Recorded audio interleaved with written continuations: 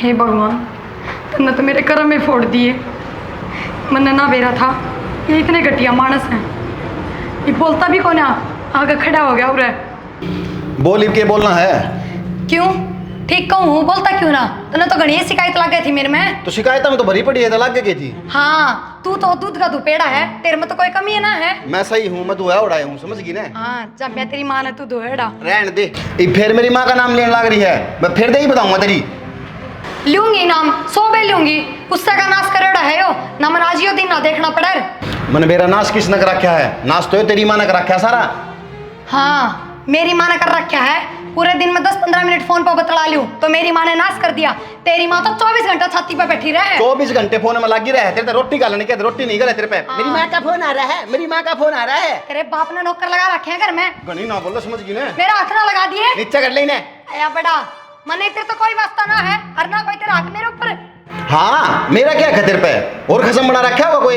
ये चलतर मन ना आवे, तेरे घर में ही चल रहे हैं। तेरी माँ भाड़ा नहीं आवे ये काम, बनना तो कदे ना सीखे। जबान संभाल ले अपनी। मेरी बाणी किसके गल बाज गई? क्यों तू बोल रहा है जब तो तेरी जबान ठीक है, और मैं बोल जाऊँ तो जबान संभाल लूं। कम कौन है वहाँ, तेरा गा जाएगी। आ रही है मेरा आगे ठीक से। मेरे बेरा ने कौन सी घड़ी में करम फुट्टे थे जो पल्ले पड़ी तू? मन्ना ना बेरा, 1 साल भी ना हुई है बयान है। 1 साल ना निकली तो सारी जिंदगी क्यों कर निकलेगी? इस रिश्ता ने खत्म कर दे बस आदुरे। तब तो नू क्या करती? टेंशन ना लो, मैं कि मैं तू कौन दू तुमने सब की मैं आगे तक करूंगी। क्या कर दिया तूने? अरे जब तो तेरे भी बहुत बड़े बड़े बोल थे, तू भी अपनी बात बना रहा। मन्ना ना बेरा, आज सबकी मैं खत्म कर ले बस, कह दी है तेरे ते। रहने दे यार, 24 घंटे फोन में लगी रह कि मैं और काम से कौन इतने लगी रहूंगी, घर का काम क्यों लगी रहेगी? तो गाँव लगी रहूंगी, मेरा काम था वो। क्यों 70-80 कसम से तेरे? मेरे गल फालतू बहसबाजी ना कर। जब तने कह दी आज तक तेरा और मेरा कोई रिश्ता नहीं है, और आज इस मंदिर में मैं ये रिश्ता खत्म करके जाऊंगी बस। हाँ, ये खत्म है करेगी रिश्ता। निभाना नहीं होती तू निभाए देवर है। हाँ, तू तो निभाना वाला है, मैं तोड़ू हूँ रिश्ता ने। तू रहने दे यार। उरे के साथ फेरे लिए थे ना, उरे कसम खाई थी भगवान की। वो दिन ने खराब था, और फेरे मन्ना नहीं तन्ने भी लिए होंगे। अरे वे तो मेरे फूट रहे थे जो मैंने ले लिए गलती के दिन फेरे।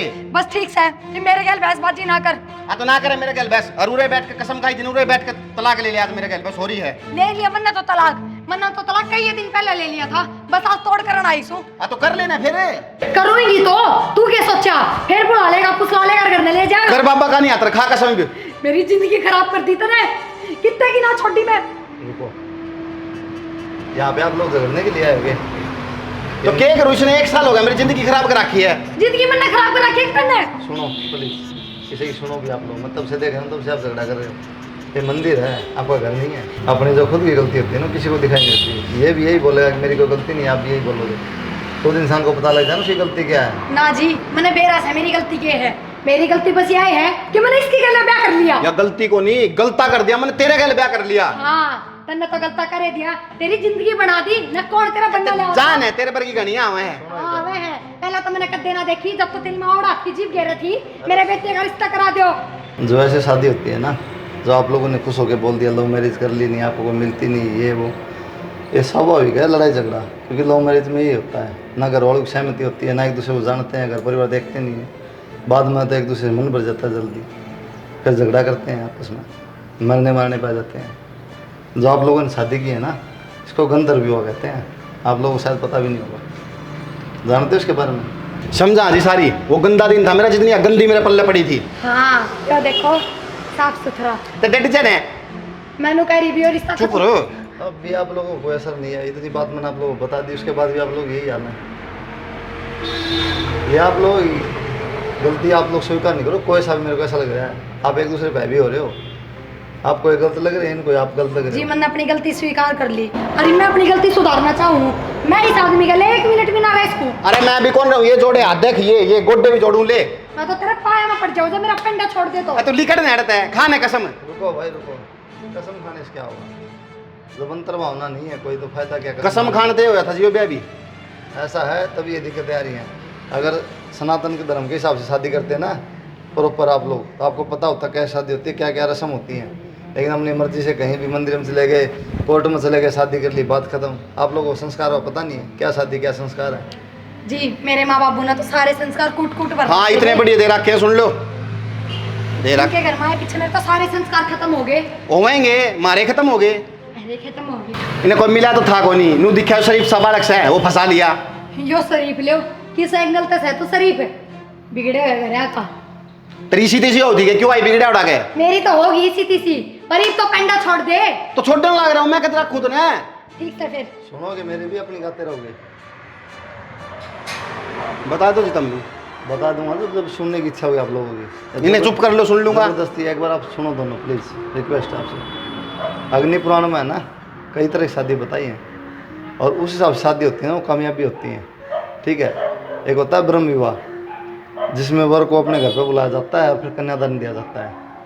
ठीक है, और एक होता है आर्ष विवाह, उसमें वर से एक गाय और एक बैल लिया जाता है और कन्यादान किया जाता है। और एक होता है प्राजापत्य विवाह, जिसमें वर क्या करता है, लड़की को मांगता है। ठीक है, और उसके बाद आता है अपना असुर विवाह। असुर विवाह में क्या होता है, जो दहेज मांगते हैं ना, और दहेज दे के जो शादी होती है उसको असुर विवाह मानते हैं। एक होता है पिशाच विवाह, जिसमें लड़का क्या करता है, लड़की को झूठ बोल के शादी कर लेता है। और उसके बाद आता है गंधर्व विवाह, जो आप दोनों ने किया है, लव मैरिज जिसको बोलते हैं आजकल। ना जी, मारा तो गंधर्व विवाह ना पिशाच विवाह हुआ ऐसा है। इनने मेरे तो एक आधी नहीं सारी ये झूठ बोली है। बेरा है वो तो, किसने की झूठ बोली थी? हाँ फंसा लिया मेरे त्याग है। हाँ फंसा लिया। कोई बात नहीं, रुक जाओ, इसका कोई हल नहीं है। कबूतर है। ऐसे हल नहीं होगा कभी जीवन में आपका। अगर आपने कर भी लिया ना, चलो आपने ये गलती कर लिया। लव मैरिज जैसे करने की चीज़ नहीं है कोई, जब घर वालों की सहमति से होता है ना वही अच्छा होता है। गलती कौन जी, मन तो गलता कर दिया, इसने मेरे तो पेंडा छुड़ा दो, इन्हें भेज दो है। लेकिन अब भी जो गलती हुई ना उसको सुधार सकते हो आप। कम से कम आप पति धर्म या पत्नी धर्म निभाए ना, तब भी कोई दिक्कत नहीं है। कौन नहीं सुधरे यार? मैं तो इस नाम तक दाप ली, हाथ जोड़ू सू। मैं तो- आगे तो कौन आता ही के जोड़ू। अरे मैं तो तेरे ते दाप लिया, तू नाम तक है। हमने नू बता दो जी, बस ये रिश्ता क्यों कर खत्म करना है। किस तरह खत्म होगा? अरे हाथ धर कसम खा बाबा कर तो खेच जा, जिस तरह आई थी उस तरह ही। रुक भाई 1 मिनट। हाँ चलो 1 मिनट के लिए मान लिया खत्म हो गया रिश्ता, इन्होंने खत्म कर दिया, फिर क्या करोगे आप? कम से कम अपनी जिंदगी तो जी लूंगी आराम से। क्या करेगी और नया कसम फंसा लेगी? 1 मिनट भाई 1 मिनट, क्या करोगे, क्या जीवन जियोगे बताओ आप मेरे को? शादी तो करनी पड़ेगी दोबारा फिर। तो क्या इससे क्या घर में रह जाऊं, मारपीट खाती रहो इसकी। यही तो चाहे है यार। तो एक दूसरे में सुधार करो ना, आप एक दूसरे में जो गलती उन्हें जी सुधारो। मेरे में तो कोई गलती से कौन है, क्या सुधार करूं? सारी गलती इससे की है। वो तो दोनों ही लगा कर, इसने तेरे में लगाया था ना इसमें लगाया। हाँ तो ये तो मेरे में काट देगा गलती, जब ये खुद गलतियां भरा पड़ा है। हाँ मैं तो गलती में भरा पड़ा हूँ, गलती का पुतला तो तू है। इसलिए नू कह दो, मेरे तो बोलने की जरूरत पीछे नहीं कर लिया है। वाली ने। तो ये मैं जाऊँ या आप लोग कुछ? चले जाओ जी, पर हमारा रिश्ता खत्म करके चले जाओ। आप तब से बोल रहे हो तलाक तलाक तलाक, किस धर्म से हो आप दोनों? मैं तो सनातन तो हूँ जी, या बेरा को नहीं कितना है। ये भी है नहीं कितना है, मैं भी सनातन ही हूँ जी। सनातन से हो ना, तो सनातन में क्या बोलते हैं पता है? विवाह विच्छेद बोलते हैं, तलाक तलाक नहीं करते। तलाक उर्दू का शब्द है। ठीक है, जो भी है, विच्छेद है, विवाह विच्छेद है, तुम करा दो, मेरा पेंडा छुड़वा दो। मेरे को ये बताओ, आप जब सनातनी हो आप, तो सनातन धर्म की परिभाषा क्या है बताओ, दोनों बताओ। जो हिंदू धर्म हो वो सनातन हो है बस, और क्या परिभाषा होती। और के हमने आपस में ब्याह कर लिया, सनातन धर्म में तो कर लिया। बस कमाल हो गया भाई। हिंदू अलग चीज़ है, एक शब्द है खाली, धर्म सनातन है जो शुरू से चलता आ रहा है। ठीक है, इस चीज़ को समझने की ज़रूरत है, लेकिन आप लोगों को पता ही नहीं है किस चीज़ का। चलो आ जाओ, बताता हूँ विस्तार से। ओ ले आगने कि बेरा न बाड़ी। अगर आप लोग आराम से सुन सको ना, तो मैं समझाऊँ आपको धर्म की परिभाषा, और आपके पास समय नहीं हो तो वो रास्ता आप जा सकते हो। बता दो जी, मैं तो सुन लूँगी, इनका बेरा नहीं। तो सुनो फिर, आपकी गलती नहीं है। अब जितनी भी समाज में दिक्कतें आ रही है ना, इसी कारण आ रही है कि धर्म का ही नहीं पता उनको कि धर्म है क्या चीज़। कोई बोल हिंदू के पीछे पागल है, कोई इस्लाम के पीछे पागल है, कोई ईसाई के पीछे पागल है। ये धर्म नहीं है, ये रिलीजन है। आप बोलोगे रिलीजन तो धर्म ही होता है, नहीं होता है। ठीक है, धर्म की कोई परिभाषा नहीं है इंग्लिश में। अगर रिलीजन के आप जाओगे पढ़ोगे ना इंग्लिश में, तो आपको मिलेगा संप्रदाय होता है, धर्म कुछ नहीं है। रिलीजन माने सिर्फ संप्रदाय है, जो ये संप्रदाय बना रखे हैं। हिंदू बन रहा है, कोई मुसलमान बन रहा है, कोई ईसाई बन रहा है, ये सब संप्रदाय हैं, धर्म नहीं है। धर्म है सनातन, जो प्रकृति की शुरुआत से है और अंत तक रहेगा, उसके बिना कुछ संभव नहीं है। इस चीज़ का आप लोगों को पता था? नहीं पता है। अब मेन बात है कि आपसे पूछ ली मैंने, धर्म की परिभाषा क्या है? पता ही नहीं आप लोगों को धर्म की परिभाषा क्या है। क्योंकि धर्म के बिना कोई भी चीज़ नहीं चल सकती है प्रकृति के अंदर, हर चीज़ का धर्म है। अब आपको बता देता हूँ मैं, ये पेड़ है, अब इसका पूछूँ क्या धर्म है? अब आपको नहीं पता, इसका धर्म है फल देना, छाया देना। अगर ये छाया नहीं देगा, फल नहीं देगा, क्या करेंगे लोग? इसको काट के जला देंगे, रोटी सेक लेंगे इससे, क्योंकि इसका धर्म खत्म हो गया। धर्म पे नहीं रहा तो ख़त्म। जो चीज़ धर्म पे नहीं है वो ख़त्म हो जाती है, स्वतः नष्ट हो जाती है। वो प्रकृति का नियम है। ये समुंदर है, उसमें खारा पानी है, किसी भी हिस्से में जाकर चेक करो आप, वो धर्म है उसका, खारा हूँ। अग्नि है, जलाएगी अग्नि, धर्म उसका। आप ऐसी अग्नि बना के दिखाओ जो गर्म ना हो, जो जलाए ना। ऐसी अग्नि बन सकती है? नहीं बन सकती है। उसका धर्म है अग्नि का, वो जलाएगी। किसी के साथ उसकी दोस्ती नहीं है। जैसे इन सब चीज़ों का धर्म बताया ना मैंने आपको, ऐसे ही जीव का भी धर्म है, हमारा भी धर्म है, जो उससे अविभाज्य है, अलग नहीं किया जा सकता। ये प्रकृति की आवश्यकता है। इसमें आप समझोगे ना तो इंसान का क्या है धर्म? सेवा करना, क्योंकि सक्रिय रहता है इंसान। आप कभी देखोगे निष्क्रिय नहीं होगे, निष्क्रिय होगे ख़त्म हो जाओगे, मर जाओगे, ख़त्म। सक्रिय रहेगा इंसान हमेशा, जो जीव है सक्रिय रहेगा। उसका धर्म है, सेवा करेगा वो, चाहे इसमें किसी रूप में करो, माँ बाप की सेवा करो, परिवार की सेवा करो, नौकर बन के मालिक की सेवा करो, या देश की सेवा करो। और इनकी भी नहीं तो आजकल लोग कुत्ते बिल्ली ये सब पाल रहे हैं और इनको भी छोड़ देते हैं, तो फिर वो कम से कम अपनी इंद्रियों की तो कर ही रहा है सेवा।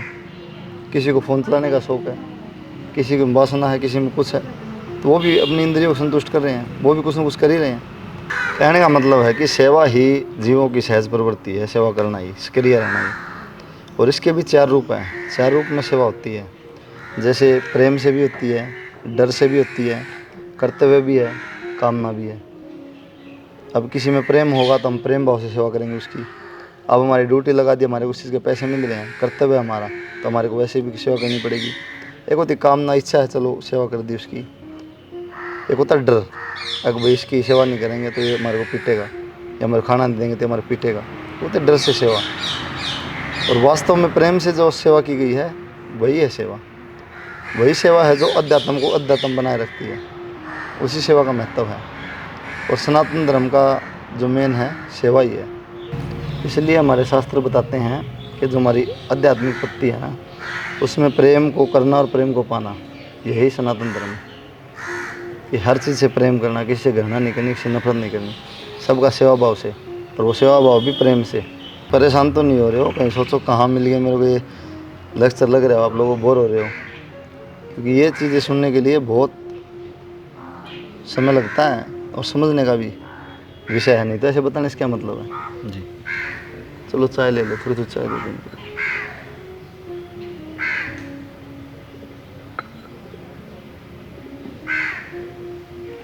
दे दो।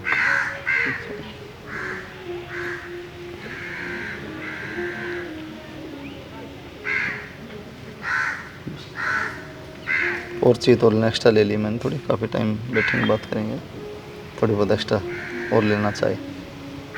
वास्तव में जो प्रेम है वही हृदय को संतुष्ट करता है। वो प्रेम का अर्थ है सेवा करना। लेकिन आज के समय में भौतिक संसार में संभव कम है, क्योंकि इंसान किसी लालच से, किसी मतलब से प्रेम करता है।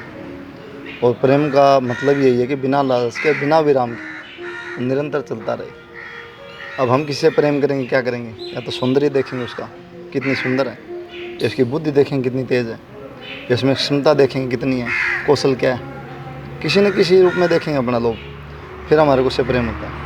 इसमें प्रेम की परिभाषा है ऐसी नहीं है। प्रेम का अर्थ है सेवा करना निस्वार्थ भाव से, और ये भौतिक संसार में बहुत कम है। सिर्फ मात्र प्रेम है, जो माँ का प्यार है वो सिर्फ ऐसा है जो निस्वार्थ है, और कोई प्यार नहीं है संसार में। लेकिन क्या है कि समय के साथ में वो भी नहीं रह पाता, क्योंकि माँ भी एक दिन ख़त्म हो जाती है और दूसरा रूप अपना, दूसरा शरीर धारण कर लेती है, तो अपने शरीर को त्याग देती है। वो भी अंतिम नहीं कर पाती प्रेम बच्चे को, उसका भी स्वरूप बदल जाता है।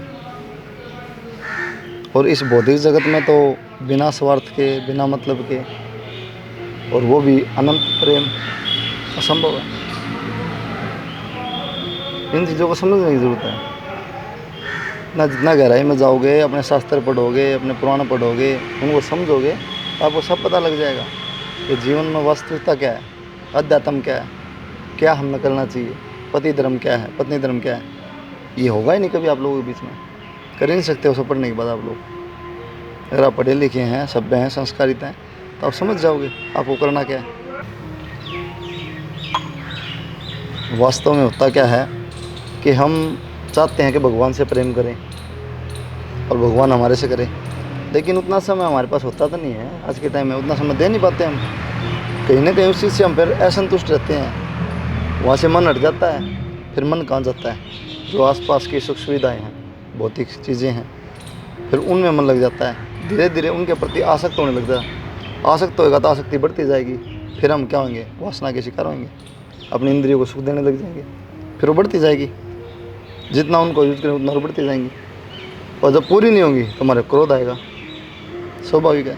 और क्रोध आएगा तो फिर बुद्धि का विनाश हो जाएगा। बुद्धि का विनाश हो गया तो हमारे कुछ पता ही नहीं चलेगा हम किस मायाजाल में फंस रहे हैं। फिर से वो भौतिक सुख सुविधा में फंस जाएंगे, मोह माया के चक्कर में फंस जाएंगे। तो हमारा सबसे मेन चीज़ क्या, हमने अध्यात्म की ओर जाना है। हम खुद को अध्यात्म की ओर ले जाएंगे तो वहीं उसी पथ पर ईश्वर मिलेंगे, उसी पर भगवान है। उस चीज़ को हम समझ के फिर भगवान की तरफ चलना पड़ेगा, तभी भगवान को प्राप्त कर सकते हैं। क्योंकि जितना समय हम इतनी भौतिक चीज़ों में देते हैं उतना समय हम भगवान के पास देंगे ना, तो ऑटोमेटिक हमारे को स्वतः महसूस होने लग जाएगा। फिर आप कह रहे हो सनातन धर्म की, तो सनातन धर्म में तो हम हैं ही, वो तो हम मना कर ही नहीं रहे, पर फिर भी ऐसे कर्म क्यों करती हैं पत्नियाँ?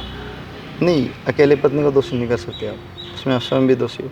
अब आप दोनों को पता तो है नहीं धर्म के बारे में, आपने खाली ये तो सुन लिया सनातनी है, हम सनातन धर्म से हैं, लेकिन आपने वैदिक पुराण कुछ पढ़ा तो नहीं है ना, वेद पुराणों की जानकारी है कुछ नहीं है। अध्यात्म तो आपने किया नहीं, खाली किताबी ज्ञान लिया, जो पढ़ा दिया पढ़ लिया, अपना बस घूमे फिरे आप लोग। वास्तविक जो सनातन का ज्ञान है, वैदिक है, सभ्यता अपनी वैदिक पुराणों में जो चीज़ है वो हमने पढ़ी ही नहीं है, हम उनके पास ही नहीं है। तो इनको पता ही नहीं है पत्नी धर्म क्या, आपको पता नहीं है पति धर्म क्या है। अब मैंने धर्म की कितनी परिभाषा दी, अग्नि का धर्म बताया, पेड़ का धर्म बताया, हर चीज़ का धर्म है। वो धर्म पे हैं तो टिके हुए हैं, ऐसे ही हम हैं, हमारे को अपना धर्म पता है, हम धर्म पे चलेंगे, मतलब ही नहीं है झगड़ा हुआ। आगे जी समझ मारे क्या कहना चाहो आप? सबसे बड़ी बात, एक पति और पत्नी के बीच में जो है वो प्रेम भाव होना बहुत ज़्यादा जरूरी है। बिल्कुल बिल्कुल, और वो प्रेम भाव भी कैसा, निस्वार्थ। ये नहीं है कि पत्नी ने बोल दिया कि मेरे लिए सूट लेके आना, मेरे लिए पेंडेंट लेके आना, मेरे लिए साड़ी लेके आना, और लेके आया पति तो अच्छा लग रहा है उसको, प्रेम करी उसे। अगर वो चीज़ें नहीं ला पा रहा है तो उसे नफरत होती जा रही उसको। हाँ, यही तो कहने का मतलब है, दुख में अगर साथ हैं, सुख में साथ हैं, हाँ वही तो चीज़। बिल्कुल, हर चीज़ में साथ रहना है, सक्रिय रहना है पति पत्नी ने। ये नहीं है कि वे दुख आ गया तो उसको छोड़ दिया या नफरत होने लगी, नहीं, ये प्रेम भाव नहीं हो सकता। प्रेम भाव का मतलब सेवा, वो भी निस्वार्थ, वही धर्म है। हाँ जी, मेरे भी समझ में आ गई। मैं भी अपने अध्यात्म की ओर जाऊंगी और अपना कर्तव्य निभाऊंगी। मेन चीज़ क्या है कि हम बच्चों को भी नहीं सिखा रहे हैं, क्योंकि हमें खुद नहीं पता है। हम लोरी सुना रहे हैं उनको, ला ला लोरी, दूध की कटोरी। हम उनको मंत्र क्यों नहीं सिखाते? मंत्र सिखाएंगे तो उनको पता लगे, मंत्र का अर्थ भी बताएं साथ में, ताकि उनको पता लगे मंत्र है क्या चीज़।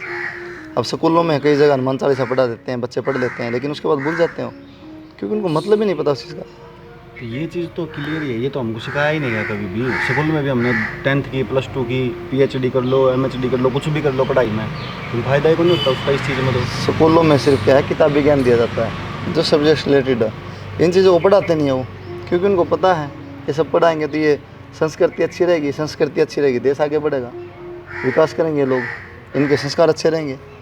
वो चीज़ें पढ़ाएंगे तो उनको दिक्कत आएंगी, वो पढ़ा ही नहीं रहे हैं, उसके बारे में बताते नहीं कभी। खाली किताबी ज्ञान होने से कुछ नहीं है, खुद का भी ज्ञान होना चाहिए। हम खुद क्या है, किस लिए आए हैं, क्या करेंगे, कहाँ जाएंगे। ठीक है जी, मैं तो आपका कहने का सारा मतलब समझ गया।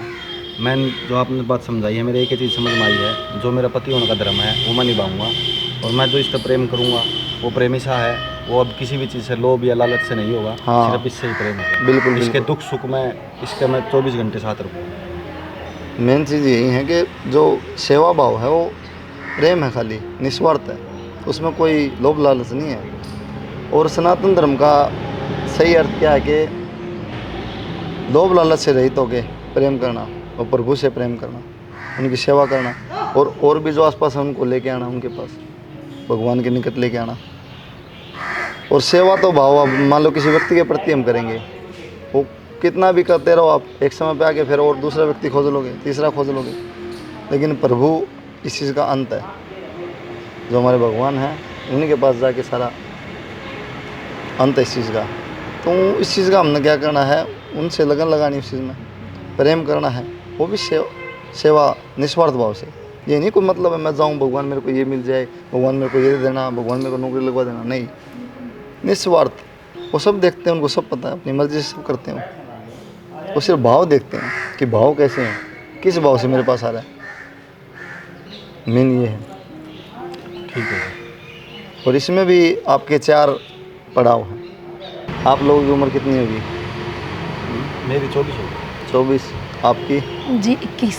21। शादी कब की आप लोगों ने? 1 साल तो है जी। 1 साल हो गया। मतलब कहने का है कि 0 से लेके बच्चा पैदा होता है 25 वर्ष तक ब्रह्मचारी आश्रम होता है उसके लिए। एक तो आपने यहीं पे तोड़ रखा अपना ब्रह्मचर्य, 25 साल तक तो ब्रह्मचर्य पालन करना चाहिए। उसमें क्या है, बच्चे के चरित्र और आध्यात्मिक गुणों पे काम किया जाता है, गुरुकुल में रखा जाता है, उसकी ऊर्जा जो है सदुपयोग में लगाई जाती है, समाज के लिए काम आती है। वो अपने गुरु के प्रति सेवा भाव रखता है। तो ब्रह्मचारी होना भी ज़रूरी है 25 वर्ष तक। दूसरा चरण है गृहस्थ आश्रम का, 25 वर्ष की आयु से 50 वर्ष की आयु तक। उसमें शादी करके धार्मिक बच्चों को जन्म देना होता है, अपने परिवार के प्रति जो कर्तव्य है उनका निर्वहन करना होता है, जो जवाबदारी है उनको पूरा करना होता है। लेकिन जो मात्र यौन आकर्षण से शादी करता है ना, उनके बच्चे धार्मिक पैदा नहीं होते और अराजकता वाले बच्चे पैदा होते हैं। वो कलेश रखेंगे, घर में कलेश रहेगा, परेशान रहेंगे, वो परेशानी करेंगे, समाज के लिए श्राप है। तो गृहस्थ आश्रम का है, वो भी धर्म निभाना है गृहस्थ आश्रम का भी, लेकिन आध्यात्मिक तरह से, जो आध्यात्मिक तरीका है उस तरीके से धर्म निभाना है। इसके बाद आता है तीसरा चरण, वानप्रस्थ आश्रम, जो 50 से लेकर 75 वर्ष तक होता है। उसमें क्या है, इंसान अपनी सारी जवाबदारी पूरी करके और संन्यास की तरफ चल पड़ता है। जंगल में रहता है, समाज से अलग रखता है खुद को, फल सब्जियां खाता है, ज़मीन पे सोता है, मतलब मोह माया के जाल से बचता है।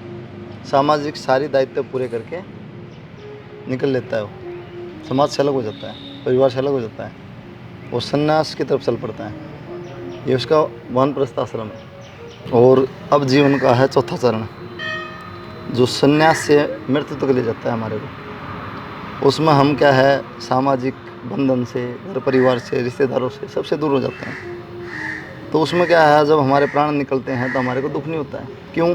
ना तो हमें किसी प्रेम रहा, ना किसी घृणा रही, ना किसी द्वेष, कुछ नहीं, निर्मोह।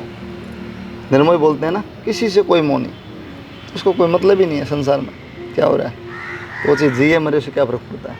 तो मृत्यु आती है तो हंस के स्वीकार करता है इस चीज़ को, उसको कोई दुख नहीं होता फिर। इसलिए वो जीवन भी ज़रूरी है, इसलिए वो सबसे परे हो जाता है, समाज से, अपने घर से, रिश्तेदारों से, उसको कोई रहता ही नहीं फिर कोई। अब मृत्यु आई, आनंद से हंस के स्वीकार कर लिया। इसलिए सभी व्यवस्था की गई है।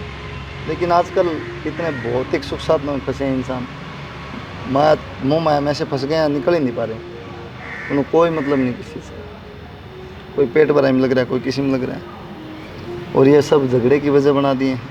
पहले क्या था, 4 वर्ण थे, ब्राह्मण, क्षत्रिय, वैश्य, शूद्र।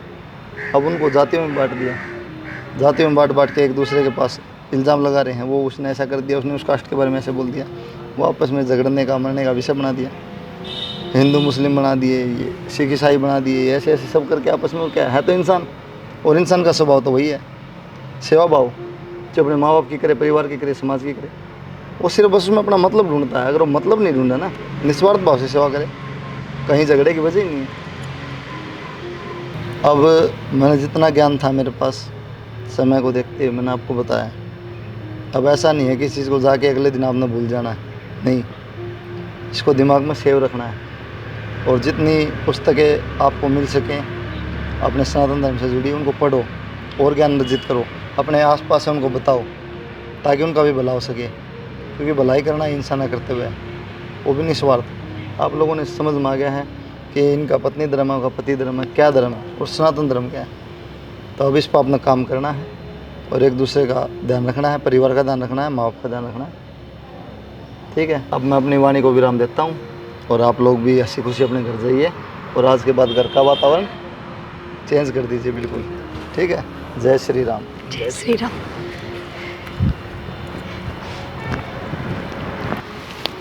पूरी दुनिया आधुनिक शिक्षा के पीछे भाग ली। पहले गुरुकुल होते थे, कितनी कुछ सिखाया जाता था, खुद पे काम किया जाता था, समाज के बारे में, चरित्र के बारे में। इस आधुनिक शिक्षा ने सब भ्रष्ट कर दिया।